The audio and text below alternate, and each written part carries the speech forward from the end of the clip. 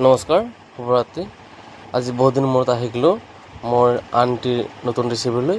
আজি ৰেচিপিটো হ'ল ৰাজমাহ, কাবুলী বুট, আলু, চয়াবিন, বিলাহীৰে ৰাজমাহ গ্ৰেভি আৰু ব্ৰইলাৰ মাংস। ৰাজমাহটো এইকাৰণে হ'ল মোৰ মা আৰু মোৰ মিছেছে মাংস নাখায়, সেইকাৰণে ৰাজমাহটো বনাই ল'লোঁ। চাওকচোন, প্ৰথমে চয়াবিন কেইটামান ভাজি ল'লোঁ, ৰাজমাহ, মটৰ, আলু এইপিনে বইল কৰি ল'লোঁ। এইপিনে চয়াবিনখিনি ভাজি হৈ গ'ল মোৰ।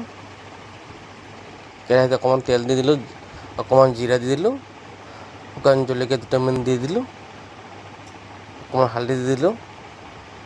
আগতে পেষ্ট কৰি থোৱা আদা নহৰুখিনি মিক্স কৰি দিছোঁ। এতিয়া মই দিলোঁ ৰাজমাহ, কাবুলী বুট, আলু বইল কৰি থৈ দিয়া আছিলে। এতিয়া অকণমান ভাজি ল'লোঁ। ভাজি পিনে ভাজিটো হৈ গ'ল।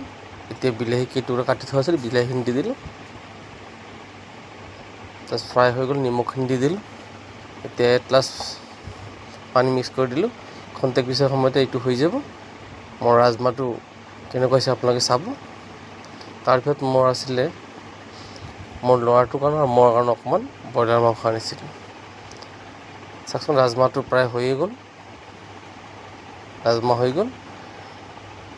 এতিয়া মই আগতীয়াকৈ ৰেডি কৰি থৈ দিয়া আছিল ব্ৰইলাৰ মাংস কাৰণে মই অকণমান কেৰাহীত সৰিয়হৰ তেল দি দিলোঁ, পিঁয়াজ দি দিলোঁ, জিৰা, আদা নহৰু কুটি থোৱা আছিলে সেইখিনি দি দিলোঁ।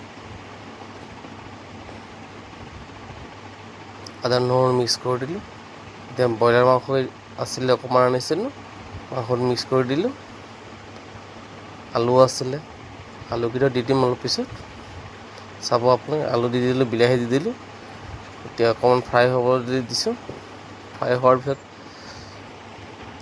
আপোনালোকে চাব, মোৰ লগত বনি থাকিব কেনেকুৱা হয়। আপোনালোকে মোক ফ'ল' কৰিব, ছাবস্ক্ৰাইব কৰিব। চাওকচোন, বিলাহীখিনি এড কৰি দিছোঁ। এতিয়া অকণমান সময় ভাজি লওঁ। তাৰপিছত আপোনালোকে দেখিব কেনেকুৱা হয়। আপোনালোকে ক'ব। এট লাষ্ট মাংসখিনি প্ৰায় হৈ যাবলৈ ধৰিছে। এতিয়া পানী মিক্স কৰি দিছোঁ।